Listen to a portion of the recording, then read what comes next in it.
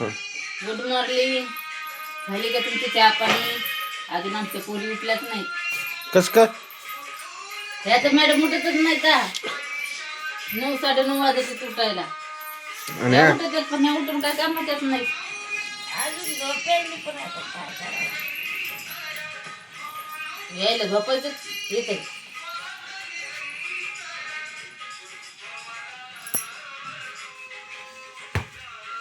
अय्यो बाय. गेला का ग दाद्या? काय आपलं आलं रे येडं? हा होय. आभाळ आलं ना. चल ना रे.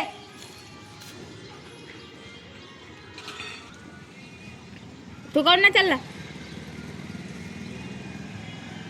काळू रिक्षा दिसायली का तरी?